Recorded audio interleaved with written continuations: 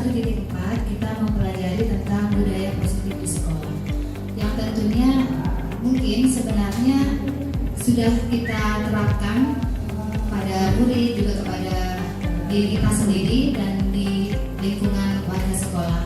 Hanya saja mungkin penerapannya kurang maksimal. Nah, di sini budaya positif apa saja sebenarnya? Kemudian apa saja yang mendukung? Selain itu, faktor-faktor apa yang termasuk dalam budaya positif?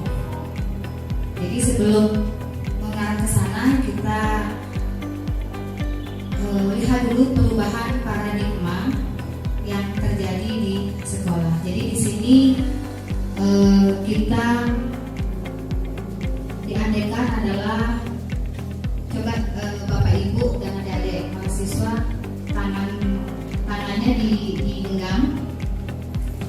Anggap dalam kepalan tangan Bapak Ibu itu ada sesuatu yang berharga. Ya, bayangkan yang di kepalan tangan Bapak Ibu itu ada sesuatu yang berharga. Kemudian ketika teman atau saudara atau siapapun itu membujuk, kemudian meminta, atau mungkin caranya lebih kasar dengan mengancam atau membentak untuk memaksa membuka kepalan tangan Bapak Ibu. Ya.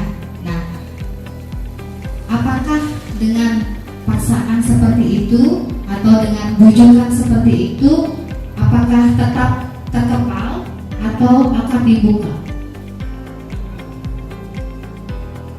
Siapa? Ada yang mau jawab? Ya, Ibu.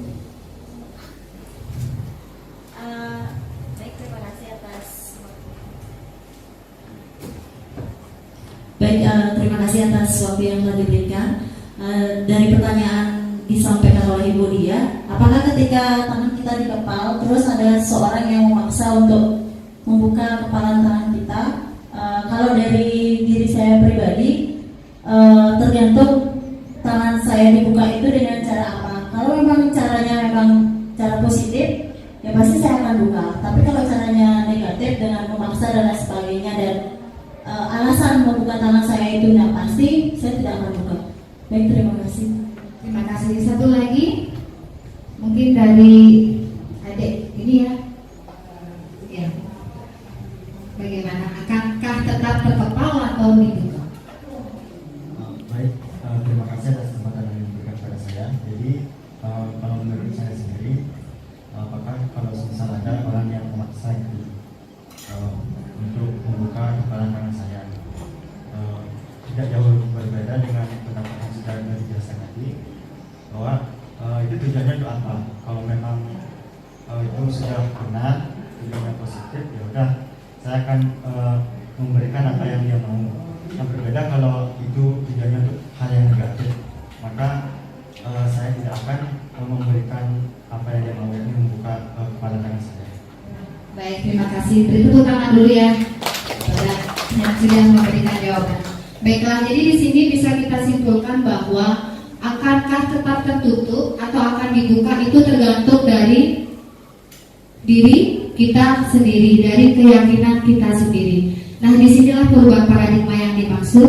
Jadi jika kita aplikasikan kepada siswa, jadi ketika kita memaksa siswa atau membujuk siswa untuk mematuhi peraturan atau untuk melakukan hal yang baik, tapi jika dari keyakinan atau dari pikiran mereka sendiri tidak mau, sekeras apapun, selembut apapun, itu tidak akan berubah.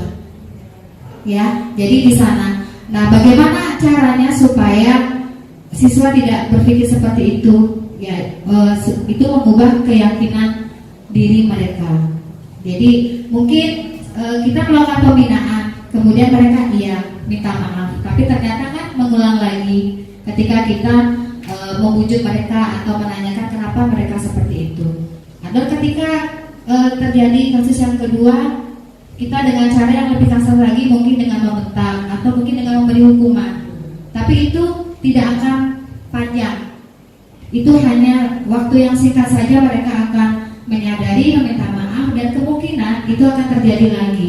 Karena apa? Dari diri sendiri tidak ada keyakinan untuk berubah, untuk itu positif, pikir positif.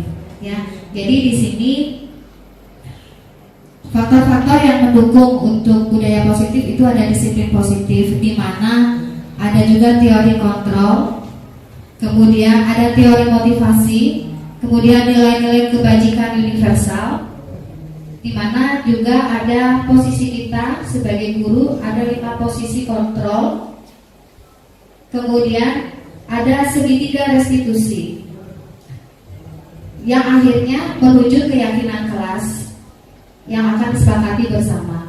Dan itu semua juga perlu diperhatikan 5 kebutuhan dasar manusia.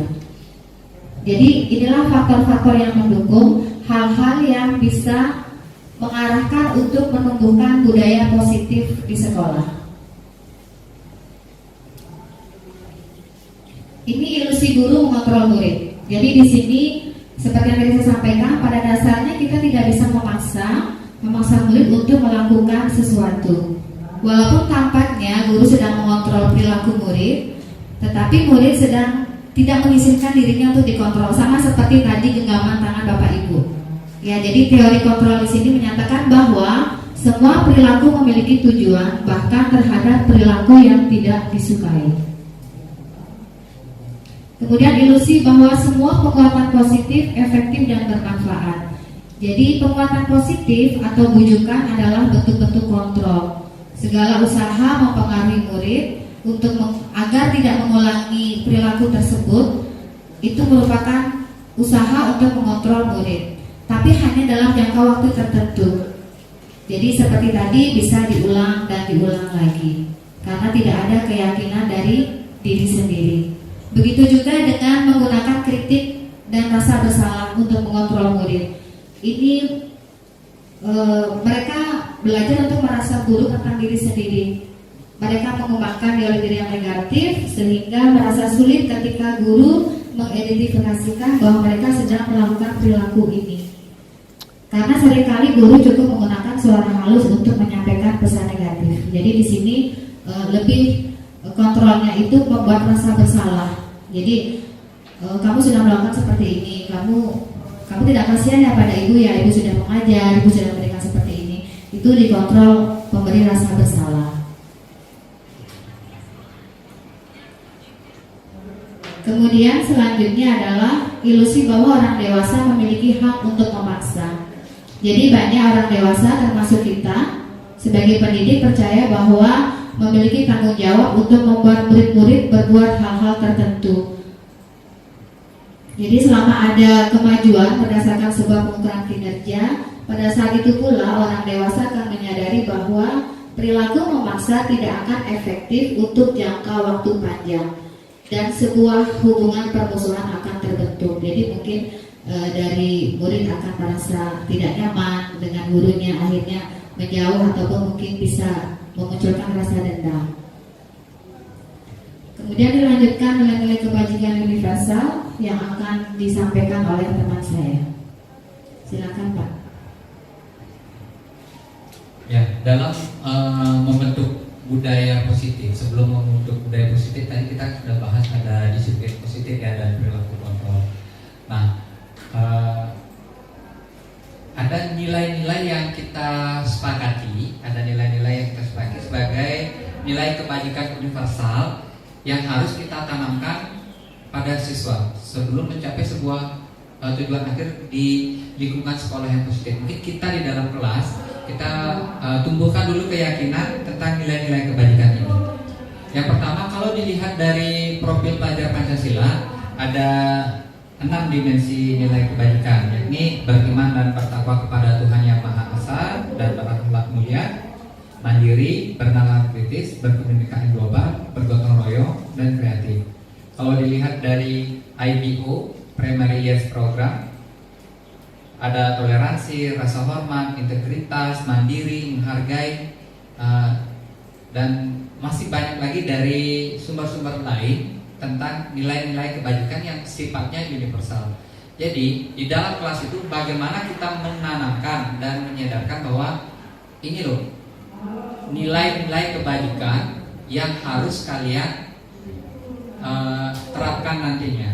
Tidak hanya dihafal, tidak hanya diingat, tapi juga harus diterapkan. Bagaimana kita bertoleransi, bagaimana kita bekerja sama. Dan yang mengacu pada tujuan nasional pendidikan kita adalah nilai-nilai kebajikan dari profil pelajar Pancasila itu. Nah, kemudian ada perubahan paradigma dari stimulus respon. Ini terkait dengan teori kontrol dulu. Siapa sesungguhnya yang memiliki kontrol? Nah, kita memberikan stimulus respon. Kita mencoba mengubah orang agar berpandangan sama dengan kita. Menurut teori kontrol, kita berusaha memahami pandangan orang lain tentang dunia. Jadi dalam stimulus ini sering kita mengharapkan siswa itu berubah sesuai dengan keinginan kita. Padahal dari kasus genggaman tadi, mereka tidak akan membuka genggaman ini kalau tidak ada motivasi intrinsik, motivasi dari dalam diri siswa itu. Dan kita selalu berambisi, ya, kita selalu berambisi bahwa murid ini harus ikut kita, murid ini harus nurut sama gurunya. Padahal yang sejatinya akan terjadi adalah jika murid itu meyakini nilai dari yang disampaikan guru itu benar, maka dia akan mau membukanya. Tapi kalau dia yakini tidak benar, dia tidak akan mau membukanya. Nah, seperti itu pula pandangan kita. Kita berpikir anak harus ikut seperti yang kita mau. Tapi kalau dikontrol, kitalah yang harus memahami pandangan orang lain tentang dunia. Kita yang harus menyesuaikan sudut pandang kita terhadap diri anak-anak kita. Nah, demikian dari stimulus respon dan teori kontrol. Nah, masuk ke teori motivasi perilaku manusia. Ada 3 motivasi yang mendasari seseorang atau murid-murid kita untuk bertindak. Ada motivasi eksternal, ada ada 2 ya. Ada motivasi eksternal dan motivasi internal. Nah, kebanyakan dari kita menginginkan anak-anak itu disiplin, ada peraturan, segala macam peraturan ya, kesepakatan kelas. Dan untuk mencapai sebuah kata yang disebut dengan disiplin tadi, kebanyakan dari mereka, kalau kita mau jujur ya, kalau kita mau jujur, masih anak-anak kita taat itu karena adanya motivasi eksternal, belum ke motivasi internal mereka. Mereka banyak yang mau mengikuti peraturan agar terhindar dari masalah,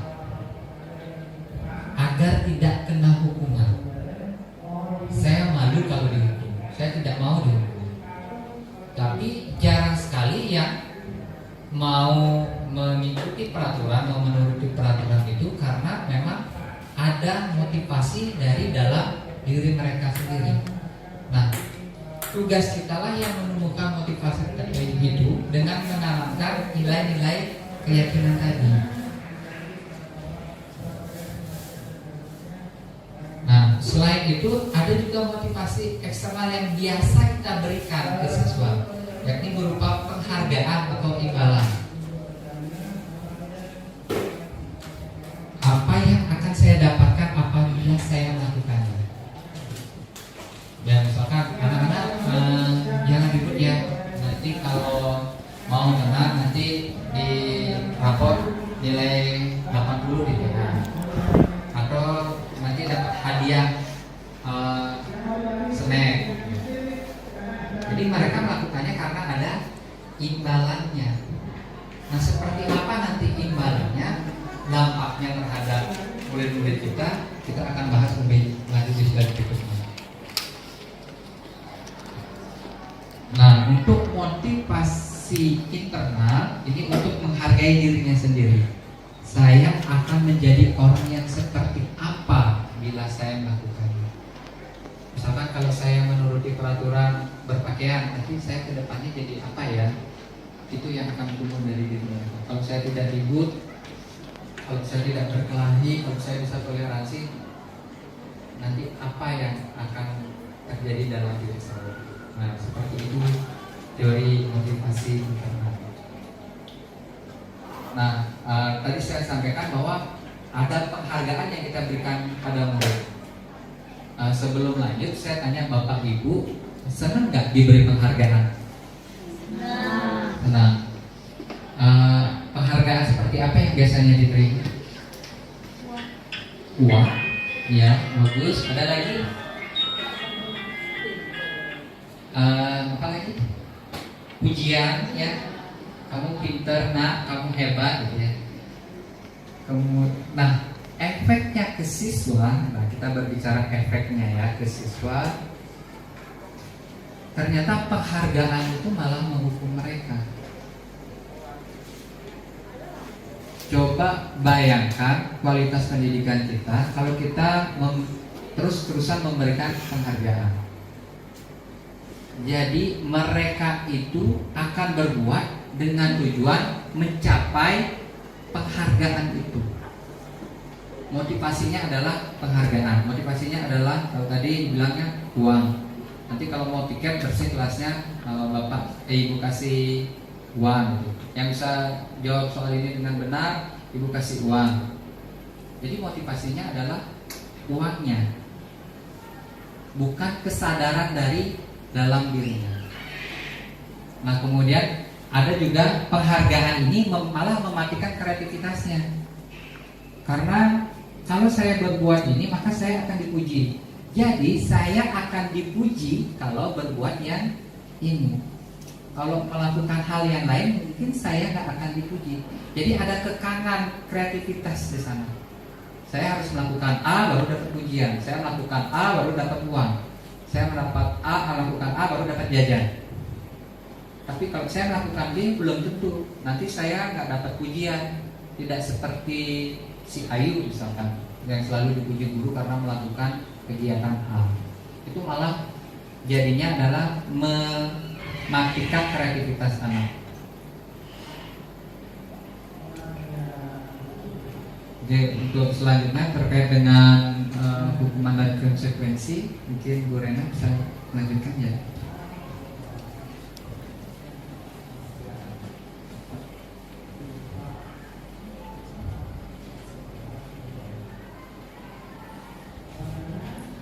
Baiklah Bapak Ibu, saya akan melanjutkan mengenai hukuman dan konsekuensi.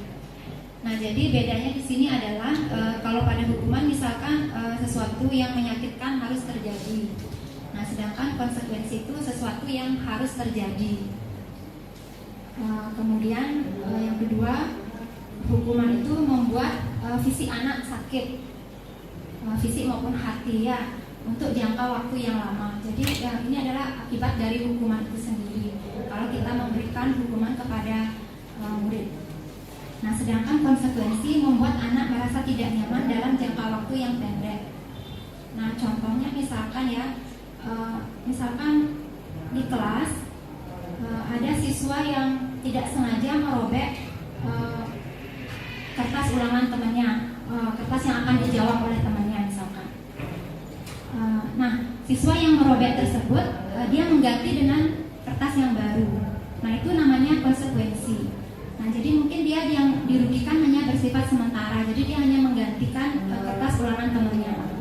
Jadi itu sifatnya tidak lama. Nah, jadi dia merasa dirugikan itu mungkin biasanya dia sudah lupa. Nah, sedangkan hukuman itu efeknya lebih lama ya. Nah, misalkan siswa terlambat masuk ke kelas. Nah, terus kita sebagai guru menghukumnya dengan tidak mempersilahkan siswa tersebut duduk tapi berdiri di depan kelas. Nah, ini membuat anak fisiknya mungkin sakit ya, karena dia lama berdiri di depan kelas. Nah, di samping itu juga mungkin dia merasa sakit hati karena dia merasa dipermalukan dengan berdiri di depan kelas selama jam pelajaran dengan disaksikan oleh teman-temannya. Mungkin seperti itu ya. Nah, selain itu juga hukuman itu anak itu membenci kedisiplinan. Sedangkan konsekuensi anak menghargai disiplin. Nah, jadi di sini dengan anak itu diberikan hukuman, dia justru akan lebih merasa dia oh disiplin itu seperti ini, jadi dia otomatis akan membenci disiplin itu. Sedangkan kalau konsekuensi, anak menjadi lebih menghargai disiplinnya. Nah, di sini hukuman bersifat paksaan, sedangkan konsekuensi bersifat stimulus tanggapan. Nah, kemudian hukuman mendorong anak menyakiti diri sendiri, sedangkan konsekuensi mendorong anak agar mudah menyesuaikan diri. Nah, pada hukuman itu konsep diri yang buruk, jadi konsep yang tertanam dalam dirinya itu buruk, sedangkan untuk konsekuensi konsep diri yang baik. Nah, kemudian hukuman itu anak belajar untuk menyembunyikan kesalahan, jadi dia tidak akan berani mengakui kesalahan karena dia tahu nanti dia akan dihukum, jadi dia akan menyembunyikan kesalahannya. Nah, ini juga mendorong anak untuk terus-menerus akan berbuat salah. Sedangkan konsekuensi anak belajar untuk mematuhi peraturan, jadi dia mungkin menjadi lebih disiplin. Nah, kemudian hukuman, anak mungkin setelah dihukum itu dia akan merasa marah, kemudian rasa bersalah pada dirinya mungkin lebih besar, kemudian dia merasa dipermalukan dan merasa tidak dihargai. Sedangkan untuk konsekuensi, anak hanya kehilangan hak, dibuat tidak nyaman, diasingkan untuk sementara. Ini hanya bersifat sementara, ya. Sedangkan untuk hukuman itu lebih bersifat untuk jangka waktu yang lama. Nah, kemudian saya akan membahas 5 kebutuhan dasar manusia. 5 kebutuhan dasar ini penting kita ketahui agar kita tahu apa sebenarnya kebutuhan dasar dari manusia itu sendiri, terutama murid kita. Nah, yang pertama di sini ada kebutuhan bertahan hidup, survival. Itu adalah kebutuhan yang bersifat fisiologis untuk bertahan hidup, misalkan kesehatan, rumah, makanan. Kebutuhan biologis sebagai bagian dari proses reproduksi termasuk kebutuhan untuk tetap bertahan hidup. Nah, di sini contohnya,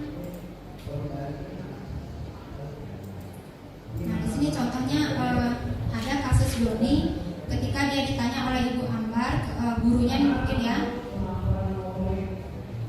adalah ditanya oleh Ibu Ambar karena dia lapar dan orang tuanya tidak membawakannya bekal makan siang. Maka kebutuhan dasar yang sedang berusaha dipenuhi oleh Doni adalah kebutuhan untuk bertahan hidup atau survival.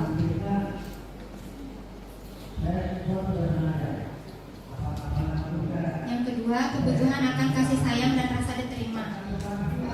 Kebanyakan dari siswa kita yang kekurangan kasih sayang atau tidak adanya rasa penerimaan mungkin dalam lingkungan keluarga, dia akan mencarinya di sekolah. Jadi dia itu membuat ulah di sekolah itu karena dia kekurangan kasih sayang mungkin, atau dia ingin adanya penerimaan di sekolah.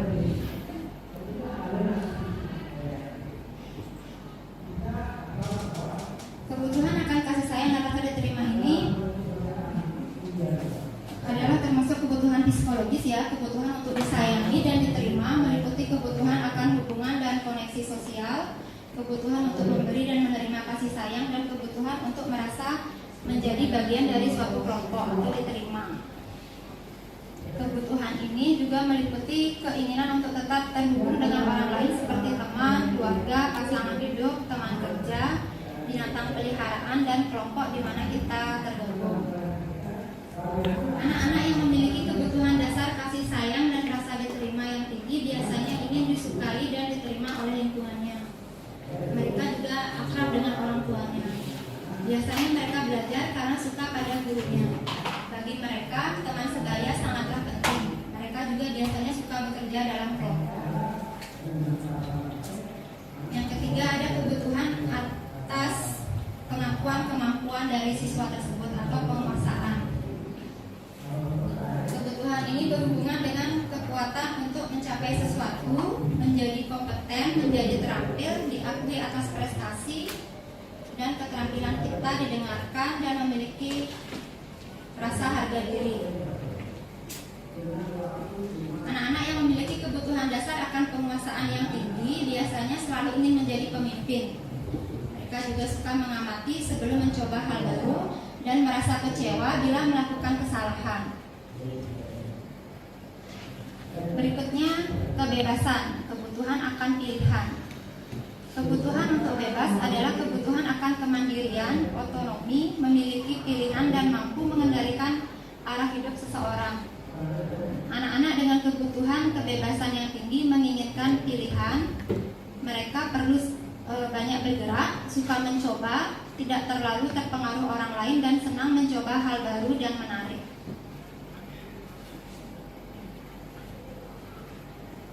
Nah, yang terakhir itu adalah kebutuhan akan kesenangan, kebutuhan untuk merasa senang. Kebutuhan akan kesenangan adalah kebutuhan untuk mencari kesenangan, bermain dan tertawa. Bayangkan hidup tanpa kenikmatan apapun, betapa menyedihkan. Glasser menghubungkan kebutuhan akan kesenangan dengan belajar. Saat mereka bermain, mereka mempelajari keterampilan hidup yang penting. Nah, demikianlah 5 kebutuhan dasar yang dimiliki oleh manusia. Berikutnya adalah 5 posisi kontrol guru.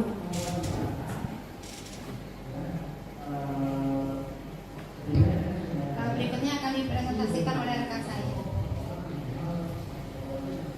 Jadi begitu tadi ya, 5 kebutuhan dasar manusia.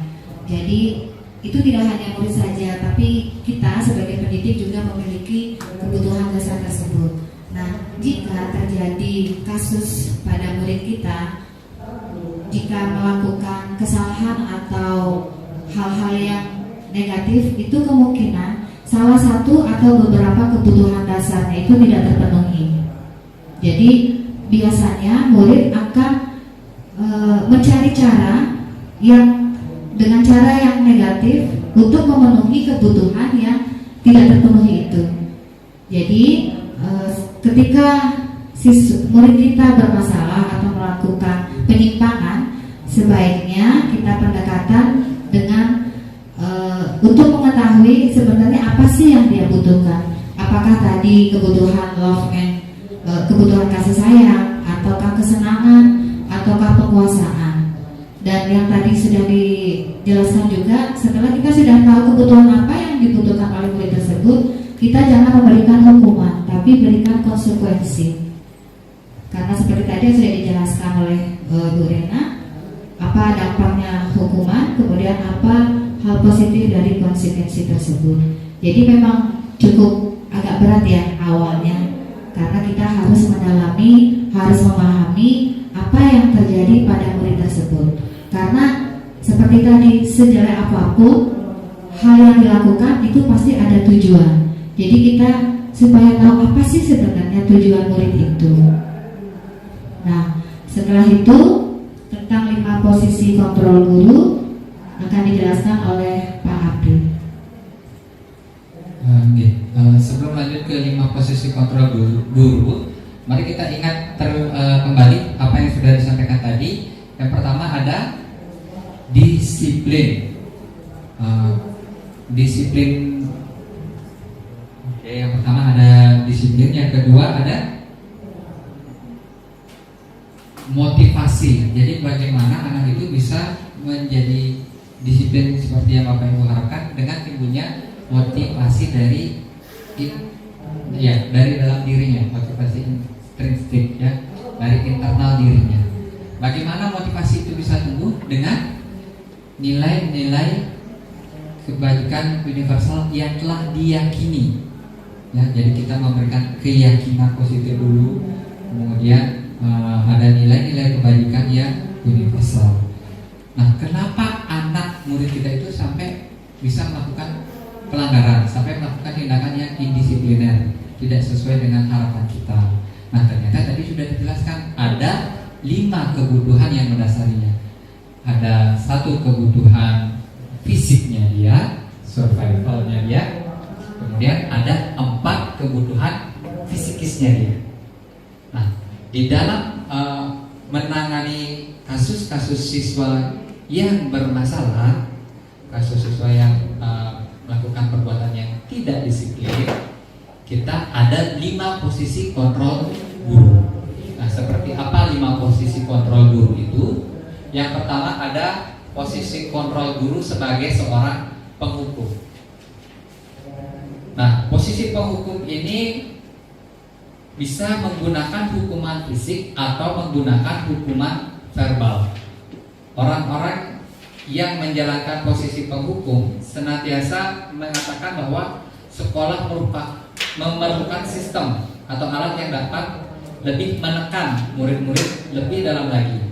Guru-guru yang menerapkannya biasanya akan berkata seperti ini: patuhi aturan saya, atau awas, kamu selalu saja salah. Selalu, pasti yang kamu itu pasti yang terakhir selesai. Nah, guru yang seperti ini senantiasa percaya hanya ada satu cara agar pembelajaran bisa berhasil, yaitu cara dia. Ini cara saya pasti berhasil.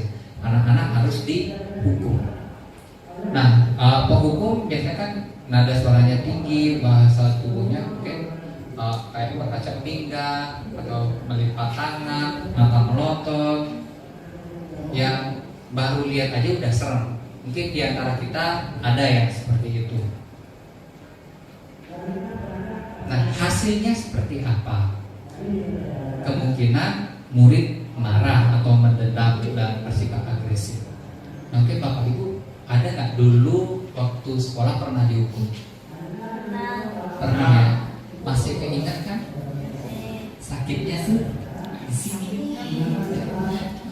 Bayangkan kalau kita masih melakukan hal yang sama, nanti anak murid kita juga akan dendam sama kita.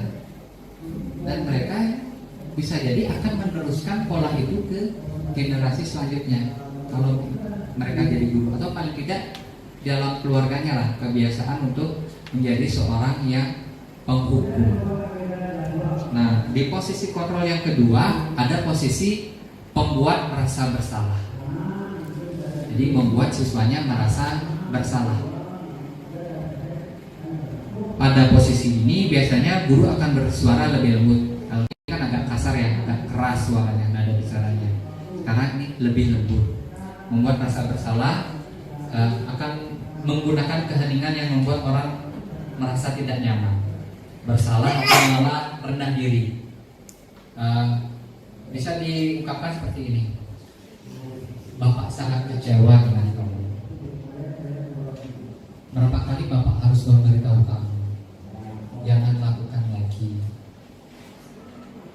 Gimana coba kalau orang tuamu tahu kamu berbuat seperti ini? Jadi akan timbul rasa bersalah dalam diri murid, dan itu cenderung memberikan murid itu menilai dirinya sendiri seperti individu yang buruk. Oh, ternyata saya individu yang buruk nih, bukan orang yang baik, karena sudah dihantui oleh rasa bersalah. Nah, hasilnya bagaimana? Kalau dibuat menjadi rasa bersalah, maka yang pertama pasti murid akan merasa bersalah. Kemudian bersalah telah mengecewakan ibu atau bapak gurunya. Murid akan merasa menjadi orang yang gagal dan tidak sanggup membahagiakan orang lain. Nah, kadangkala sikap seperti ini lebih berbahaya dari sikap penghukum. Kalau dihukum mungkin suatu hari rasa jengkelnya masih sudah bisa hilang, walaupun masih membekas ya. Karena emosi akan tertanam rapat di dalam murid. Mungkin bisa menahan perasaannya, tapi dia akan terus dihantui oleh rasa bersalah itu. Mungkin kalau kita hukum anaknya, mungkin dia bisa melakukan perilaku yang negatif, mungkin nendang meja, nendang bangku, udah terlampias amarahnya ya. Tapi kalau dibuat menjadi seorang individu yang merasa bersalah, mereka akan tertekan. Jadi suatu saat kalau tiba-tiba batas kesabarannya habis, jadi emosinya cara bisa meluap lebih besar lagi. Itu yang kita khawatirkan. Dan bisa saja dia tidak hanya menyakiti dirinya sendiri, tapi juga menyakiti orang lain. Nah, di posisi yang ketiga, ini kalau tadi posisi penghukum, kemudian ada posisi membuat rasa bersalah. Lebih halus ya. Sekarang ada posisi sebagai teman, lebih akrab. Seperti apa bedanya? Coba kita simak penjelasannya. Guru pada posisi ini tidak akan menyakiti murid, namun akan tetap berupaya mengontrol murid melalui persuasi. Posisi teman pada guru bisa negatif ataupun positif. Positif di sini bisa berupa hubungan yang baik antara guru dan murid. Guru di posisi teman menggunakan hubungan baik ini dan menggunakan humor untuk mempengaruhi seseorang. Ayo bantu ya demi bapak nih, atau ayo bantu demi ibu nih. Ayo ingat, bapak kan sudah membantu kamu nih selama ini. Sekarang tolong gantian ya kamu yang bantu bapak. Nah biasanya mohon maaf ya, mungkin guru-guru yang baru masih di posisi ini karena tidak enak dengan rekan guru yang lainnya juga, jadi memposisikan diri sebagai teman.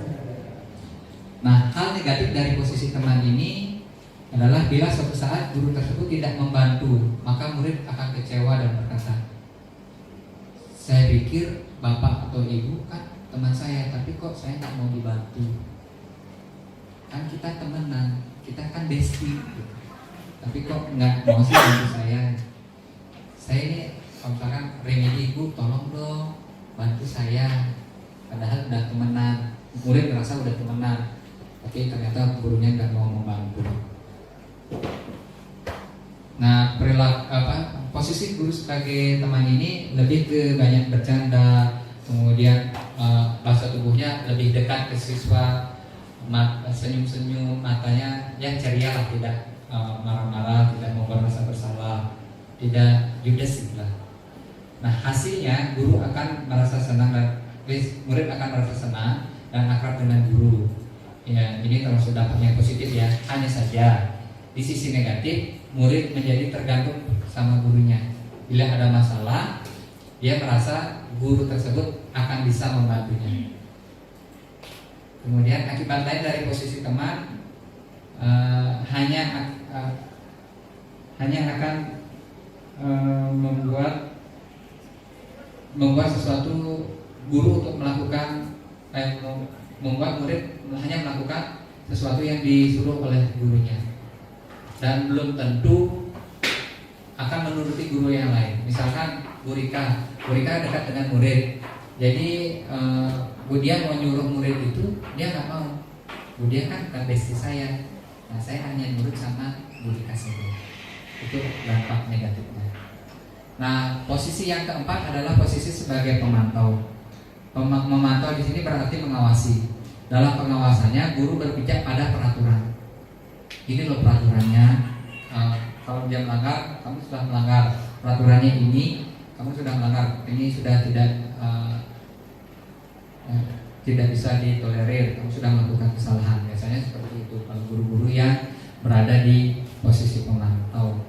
Misalkan ada siswa yang datang terlambat, kamu tahu aturannya? Ya Pak, saya tahu aturannya sekolahnya pagi, tapi kamu datangnya terlambat. Ya selalu berpijak pada aturan. Salah menggunakan seragam atau sepatu, kamu tahu peraturannya? Selalu merujuk ke peraturan karena dia sifatnya sebagai pemantau. Nah, posisi yang terakhir adalah posisi guru sebagai seorang manajer. Nah, manajer di sini bukan manajer di perusahaan ya, tapi posisi kontrol seorang guru.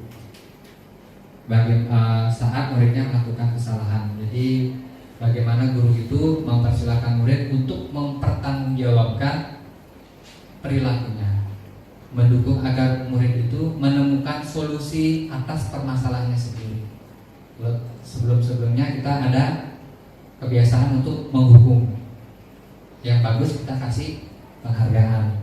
Kemudian kita berubah tingkat lebih tinggi lagi ke kesepakatan. Kesepakatan kelas kalau dilanggar ada sebuah konsekuensi. Nah, pada posisi guru sebagai manajer, guru tidak lagi memberikan murid hukuman, tidak lagi memberikan murid penghargaan atau memberikan murid konsekuensi, tapi guru akan menuntun murid untuk menemukan solusi atas permasalahannya sendiri. Nah, seorang manajer, kalau Bapak Ibu sudah, saya yakin banyak ya yang sudah ada di posisi manajer, berarti ini telah memiliki keterampilan ada di posisi pemantau ataupun di posisi teman. Dengan demikian, mungkin saja suatu waktu posisi kontrol guru dari manajer ini bisa berubah ke teman, bisa berubah ke pemantau, tergantung situasinya. Tapi tetap kuncinya adalah menuntun murid agar menemukan solusi atas permasalahannya sendiri. Nah, di sini tugas guru sebagai seorang manajer bukan untuk mengatur perilakunya, tapi membimbing murid untuk mengatur dirinya sendiri. Seorang manajer bukannya memisahkan murid dari kelompoknya, tapi mengembalikan murid ke dalam kelompok itu agar lebih baik dan lebih kuat. Nah, ciri dari seorang manajer, nada suaranya tulus, bahasa tubuhnya tidak kaku, dan lebih mendekat ke murid. Biasanya gurunya akan berkata, apa yang kita yakini, kemudian apakah kamu meyakininya? Jika kamu meyakininya, apa kamu bersedia untuk memperbaikinya? Apa yang bisa kamu lakukan untuk memperbaiki kesalahanmu? Nah, misalkan seperti itu. Jadi ada 5 ya posisi kontrol guru: sebagai penghukum, sebagai pembuat rasa bersalah, sebagai teman, sebagai pemantau, dan sebagai manajer. Coba direfleksi ke dalam diri, saya berada di posisi yang mana.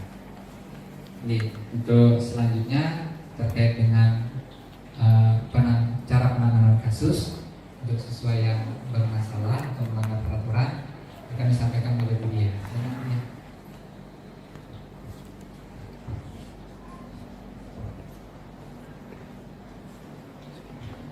Baik, masih bisa dilanjutkan ya? Masih bisa ya? Lagi sedikit. Tadi sudah dijelaskan tentang 5 posisi kontrol kita sebagai guru. Kemudian bagaimana cara menangani murid yang melakukan penyimpangan atau kesalahan. Jadi di sini kita diberikan namanya itu bukan menghukum ataupun membina, tapi namanya restitusi. Apa itu restitusi? Restitusi adalah proses menciptakan kondisi bagi murid untuk memperbaiki kesalahan mereka sehingga mereka bisa kembali kepada kelompok mereka dengan karakter yang lebih kuat. Itu menurut Goseng tahun 2004. Kemudian ciri-ciri restitusi itu apa? Yang pertama adalah bukan untuk menebus kesalahan, namun belajar dari kesalahan. Yang kedua, memperbaiki hubungan. Yang ketiga, tawaran bukan paksaan. Yang keempat, restitusi menuntun untuk melihat ke dalam diri. Yang kelima, restitusi mencari kebutuhan dasar yang mendasari tindakan. Yang tadi dasarnya adalah 5 kebutuhan dasar manusia. Kemudian yang keenam, restitusi diri adalah cara yang paling baik. Restitusi fokus pada karakter, bukan tindakan. Yang kedelapan, restitusi fokus pada solusi, ya, jadi pemecahan masalahnya. Kemudian yang ke-9 adalah restitusi mengembalikan murid yang berbuat salah kembali pada kelompoknya dengan karakter yang lebih kuat. Kemudian bagaimana penerapan restitusi? Di sini ada segitiga restitusi, di mana ada 3 tahapan ketika kita membina siswa yang melakukan pelanggaran. Jadi di sini yang pertama adalah menstabilkan identitas. Jadi pada dasarnya segitiga restitusi ini bertujuan mengubah identitas anak atau murid dari orang yang gagal, ya kenapa gagal? Karena dia melakukan kesalahan, menjadi orang yang sukses. Ya, anak yang melanggar peraturan karena sedang mencari perhatian adalah anak yang sedang mengalami kegagalan. Jadi dia mencoba untuk memenuhi kebutuhan dasarnya, namun ada benturan. Jadi jika kita mengkritik, maka dia akan menjadi semakin merasa lebih gagal lagi. Nah, bagaimana pada saat menstabilkan identitas, apa yang kita sampaikan kepada anak atau murid tersebut, kita bisa menyampaikan bermasalah itu tidak apa-apa. Tidak ada manusia yang sempurna. Tidak hanya kamu saja yang melakukan kesalahan tersebut. Saya juga pernah melakukan kesalahan. Ya, kita bisa menyelesaikan ini. Kita bisa mencari solusi. Kamu berhak melakukan begitu. Apakah kamu sudah menjadi teman yang baik buat dirimu sendiri? Ya, jadi distabilkan identitas mereka supaya mereka tidak semakin terpuruk, mereka tidak semakin gagal dengan apa yang sudah dilakukan. Setelah menstabilkan identitas, kita validasi tindakan yang salah. Ya, jadi kita setiap tadi sudah saya sampaikan bahwa setiap tindakan itu pasti memiliki tujuan, baik tindakan itu baik maupun tidak baik. Jadi dasarnya lagi adalah untuk memenuhi kebutuhan mereka. Jadi jika kita memahami apa sih yang mereka butuhkan, itu bisa mendasari sebuah tindakan. Kita bisa menanyakan begini, tadi kan misalkan nanya, kamu tahu yang kamu lakukan itu benar atau salah? Misalkan siswanya jawab salah, Bu. Jika tahu salah, kenapa kamu melakukan? Apakah ada alasannya? Nah, kita tanyakan. Atau bisa juga kamu patut bangga pada dirimu sendiri karena kamu telah melindungi sesuatu yang penting buat kamu. Kalau itu mungkin ceritanya dia bisa bertengkar atau tawuran ya, seperti itu. Jadi boleh kamu melindungi diri sendiri, boleh melindungi diri sendiri, kemudian membela atau mempertahankan milik kamu, bisa seperti itu. Jadi tetap divalidasi bahwa boleh seperti itu, tapi tindakan itu salah loh. Tapi tidak langsung kita, apa yang kamu lakukan itu salah, kamu nggak boleh begitu. Sebenarnya maknanya sama, hanya saja penyampaiannya yang berbeda. Jadi mereka tahu, murid itu tahu itu salah. Jadi supaya lebih tahu lagi kenapa sih mereka lakukan itu, alasan itu apa. Nah, setelah kita tahu alasannya, setelah kita tahu apa yang mereka butuhkan, di sini kita menanyakan keyakinan. Ya, jadi di sini teori kontrol menyatakan bahwa pada dasarnya termotivasi secara internal, motivasi intrinsik yang tadi disampaikan oleh Pak Apri. Jadi ketika identitas sukses telah tercapai, ya di langkah yang pertama, ketika menstabilkan identitas, merubah identitas gagal menjadi identitas sukses. Kemudian tingkah laku yang salah telah divalidasi. Jadi murid itu tidak hanya sekedar tahu, tapi paham, ya memang yang dia lakukan itu salah. Maka anak-anak atau murid tersebut akan siap dihubungkan dengan nilai-nilai yang dia percaya dan berpindah menjadi orang yang dia inginkan. Kita bisa menyampaikannya dengan kata-kata apa yang kita percaya sebagai kelas atau keluarga. Kamu mau jadi orang seperti apa? Kamu masih ingat dengan keyakinan kelas yang sudah kita sepakati bersama? Apakah kamu hanya ingat saja? Apakah kamu sudah menjalaninya? Nah, jadi seperti itu. Kamu nantinya ingin jadi apa sih? Nah, di sana lebih ditekankan lagi, diberikan lagi keyakinan. Jadi siswa itu merasa bangkit kembali. Oh ya, saya sudah melakukan kesalahan, tapi saya sudah bisa diterima, sudah bisa dimaafkan. Kemudian dia bisa kembali ke kelompok dengan karakter yang lebih kuat. Dia jadi lebih percaya diri lagi. Biasanya kan bisa sudah melakukan kesalahan, saya sudah dihukum, saya sudah dibentak-bentak, dia kan jadi down, ya seperti yang tadi sampaikan Pak Abdi.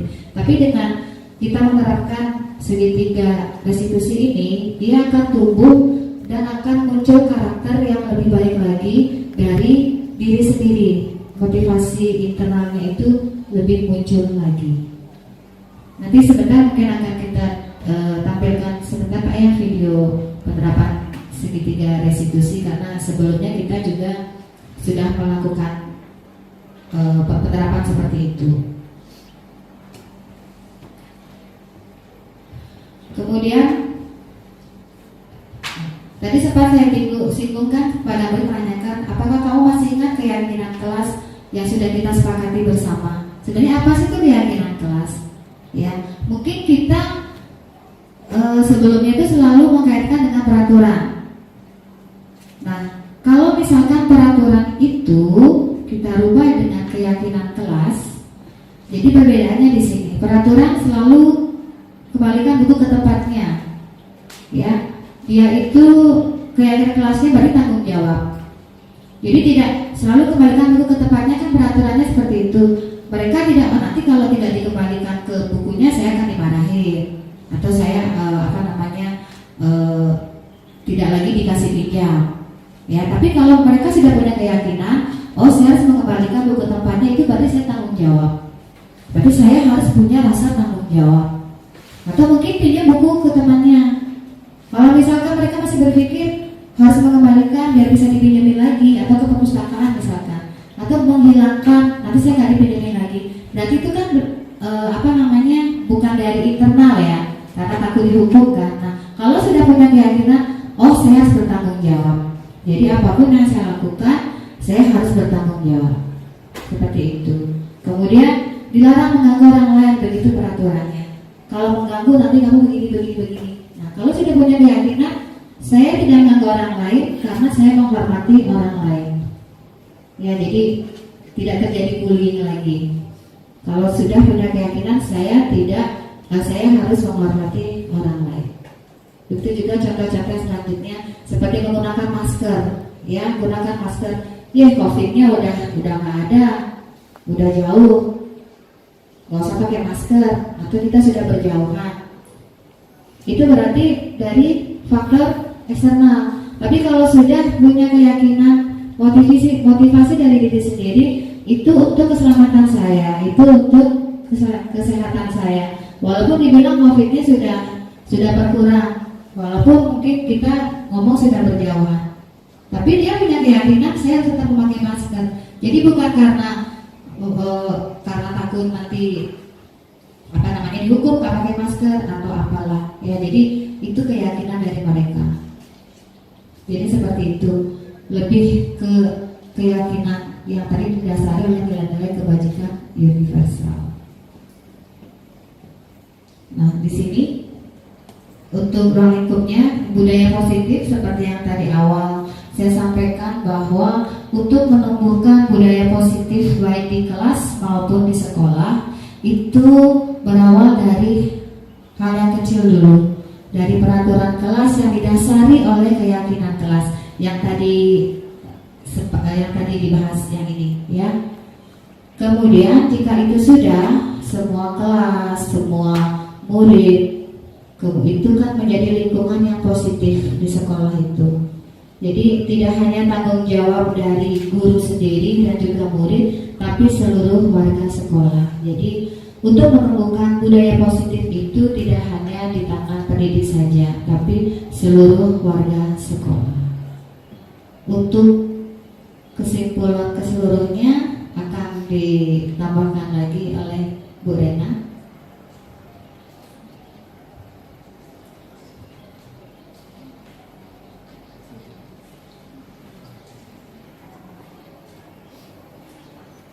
Jadi kesimpulannya dari apa yang telah kita paparkan tadi tentang budaya positif yang ada di sekolah. Nah, jadi bahwa hukuman itu tidak efektif untuk mendisiplinkan siswa. Nah, jadi kita ada nilai-nilai yang harus, nilai-nilai kebajikan universal yang harus kita perhatikan di dalam membina siswa. Nah, di samping itu juga ada 5 kebutuhan dasar manusia yang harus kita sadari apa yang dibutuhkan oleh siswa kita. Nah, di samping itu juga di dalam membina siswa kita perlu menerapkan segitiga restitusi. Jadi yang pertama kita perlu menstabilkan identitas dulu. Kemudian yang kedua kita validasi tindakan siswa yang salah. Kemudian yang ketiga menanyakan keyakinan. Nah, demikianlah kesimpulan dari materi yang kita paparkan hari ini. Berikut akan diputar contoh penerapan segitiga restitusi di lingkungan sekolah.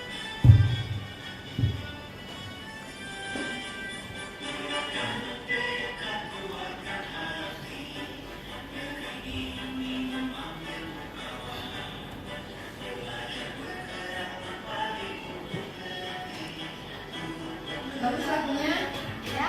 Lagunya bagus ya. Yang saya gini dengarnya. Bagus tuh, mas dulu pengerak.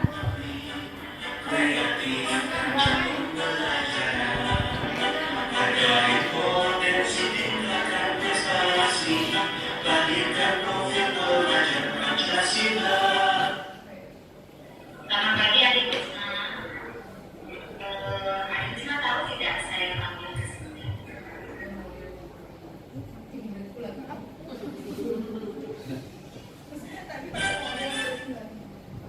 Maaf ya. Ya, adik. Sekarang sudah bagus kamu sudah sudah paham. Kamu tahu ya tindakan yang kamu lakukan itu.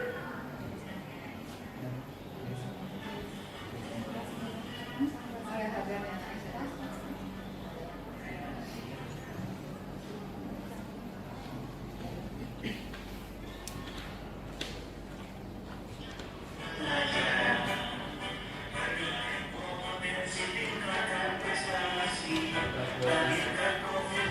Ini kasus yang biasa kita jumpai ya di kelas.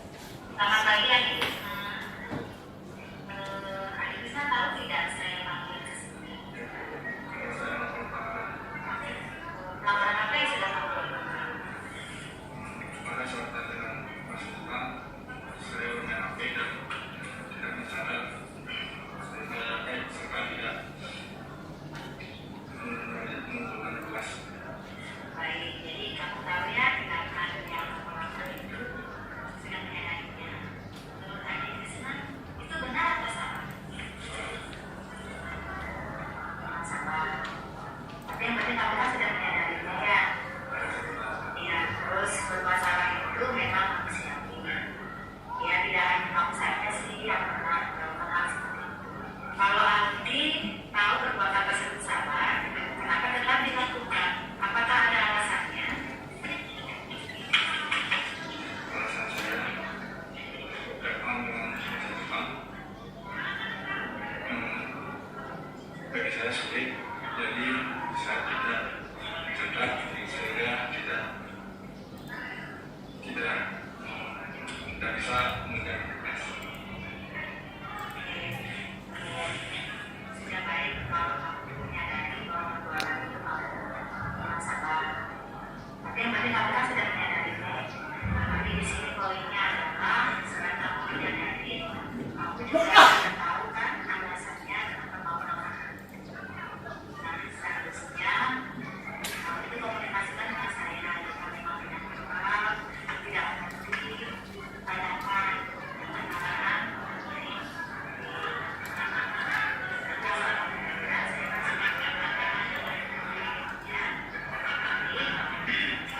Sekarang sudah bagus, kamu sudah sudah paham dan kamu sudah menyampaikan kepada saya.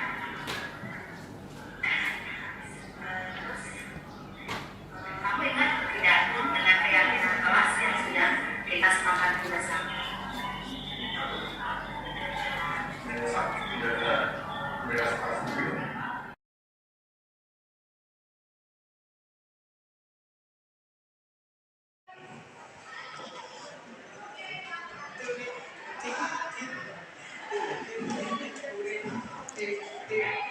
Oke.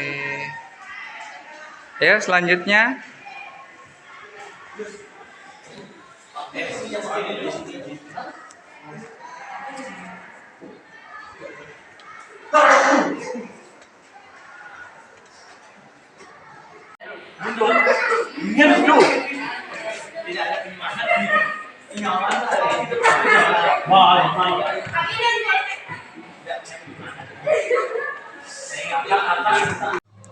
ya silakan dimulai.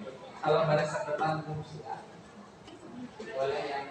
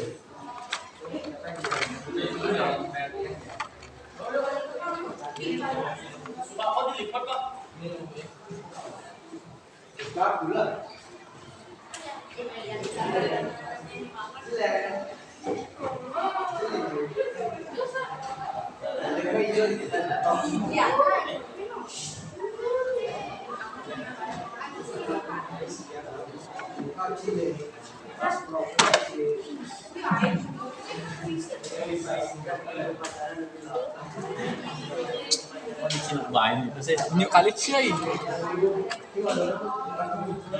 Iya. Iya. Masih. ya nanti bacanya ya nanti.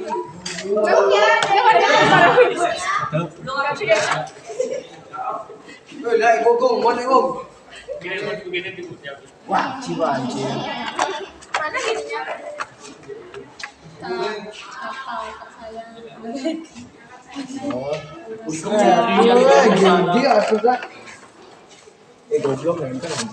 Aku di sini ya, Maradina. Minta aja lemnya, aku belum pakai lem. Jangan lem dong. Lem apa? Merespon kita. Saya untuk kegiatan seperti yang sudah disampaikan teman-teman dari kesadaran diri sendiri. Kita tuh udah dewasa, jadi belajar menghargai pertama tuh sama teman, guru dan waktu. Ya sholat, silakan. selalu tertib dan mengikuti instruksi dari guru yang mengajar di dalam kelas. Dan terima kasih. Oke, terima kasih Dendi. Selalu tertib dan mengikuti instruksi guru. Selanjutnya,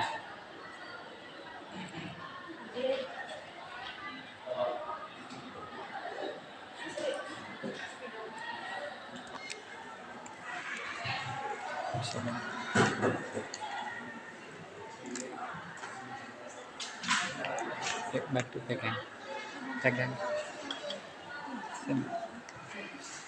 Ya silakan yoga.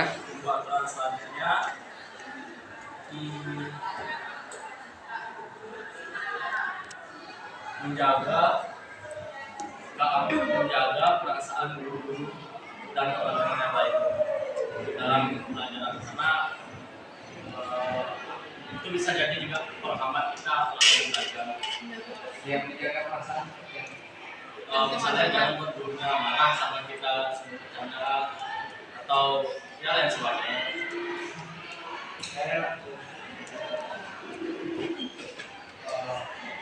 Kesepakatannya kalau saya bikin pelatihan itu ikutin aja kata gurunya. Terus kalau misalnya ada pertanyaan dari guru, kalian kalau tahu jangan dijawab aja dan ngomong frontalin aja kepada semua. Kalau gitu nanti gurunya malah klik ngasih dia kayak itu aja, ikutin aja mainan gurunya, saya ikutin aja. Masuk apa? Oke, kita ikuti petunjuk guru. Lanjut, jangan terpaku pada telepon di depan ya.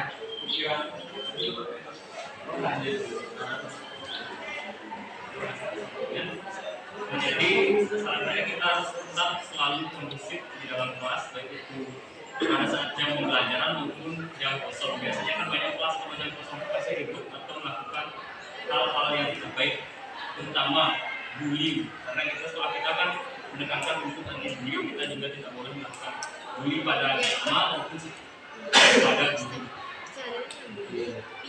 Tidak boleh melakukan. Lanjut, siapa? Erlangga. Tidak melakukan bullying.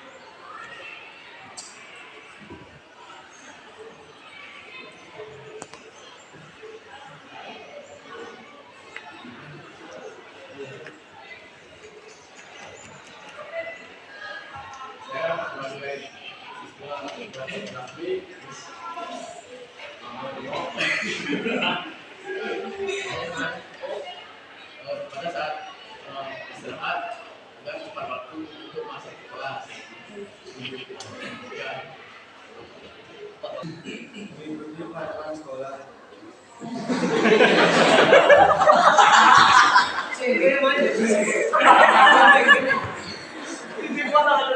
Ya, temannya hal yang harus dilakukan menjaga nama disiplin dalam pelajaran dan tidak ikutnya di dalam kelas.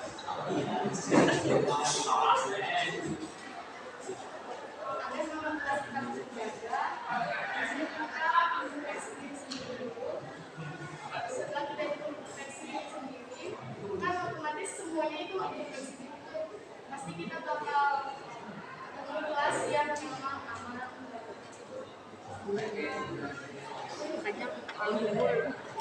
Introspeksi diri. Mungkin pada saat pelajaran kita harusnya lebih menghargai guru yang di depan daripada kita main HP, untuk main HP dan tidak membuat otak. Tapi menghargai guru, tidak main HP.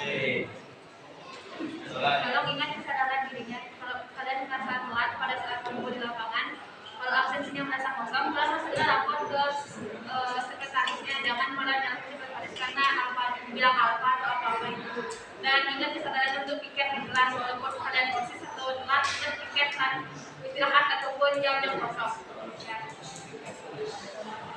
Ingat ya, walaupun proses tidak ada privilege ya di kelas.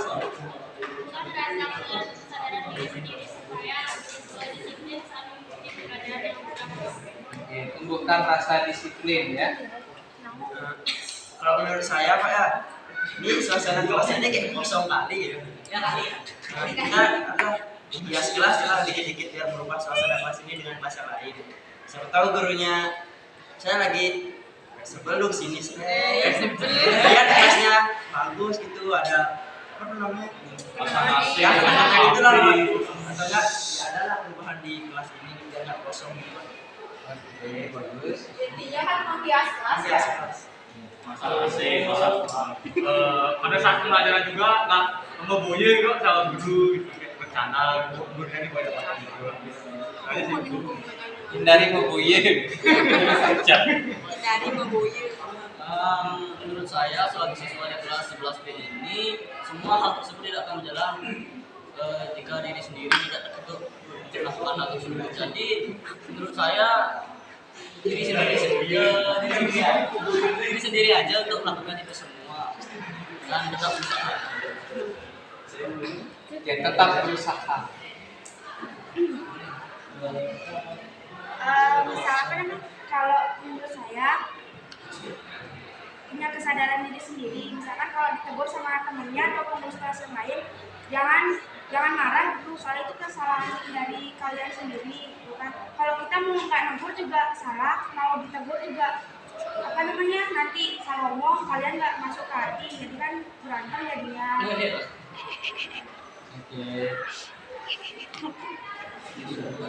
Menurut saya lebih baik menjaga etika atau etis baik itu terhadap guru ataupun teman-teman yang lainnya. Jaga etika agar teman-teman sekolah.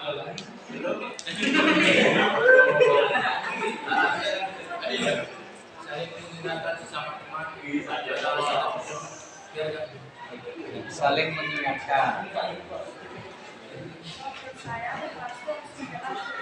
toleransinya di kelas, terus menjaga toleransi.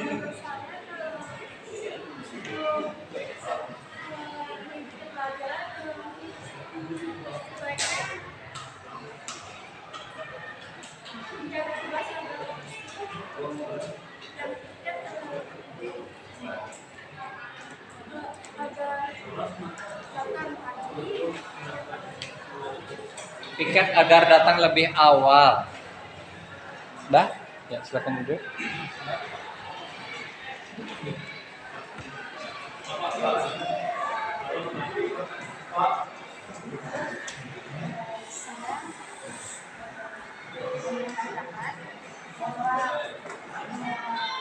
kita harus merespon pertanyaan dulu.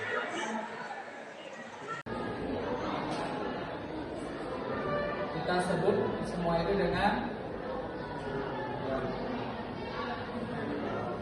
keyakinan kelas. Kenapa kita sebut keyakinan kelas? Karena nilai-nilai itu kita yakini akan membawa kelas kita menjadi lebih baik dan juga menjaga diri kalian lebih baik lagi. Apa saja keyakinannya?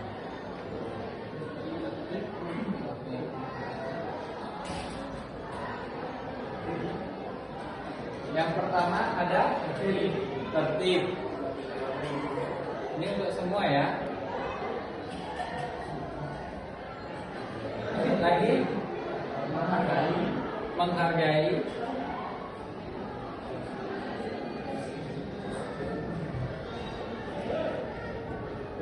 Disiplin.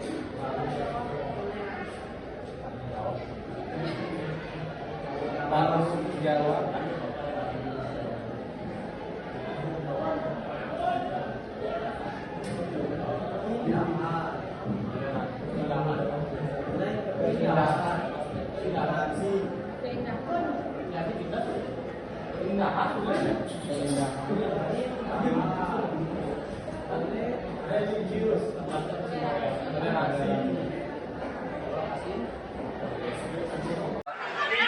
Kesepakatan adalah suatu nilai yang telah melalui musyawarah dan konsekuensi adalah suatu hal yang dilakukan bila kita tidak melaksanakan suatu kesepakatan.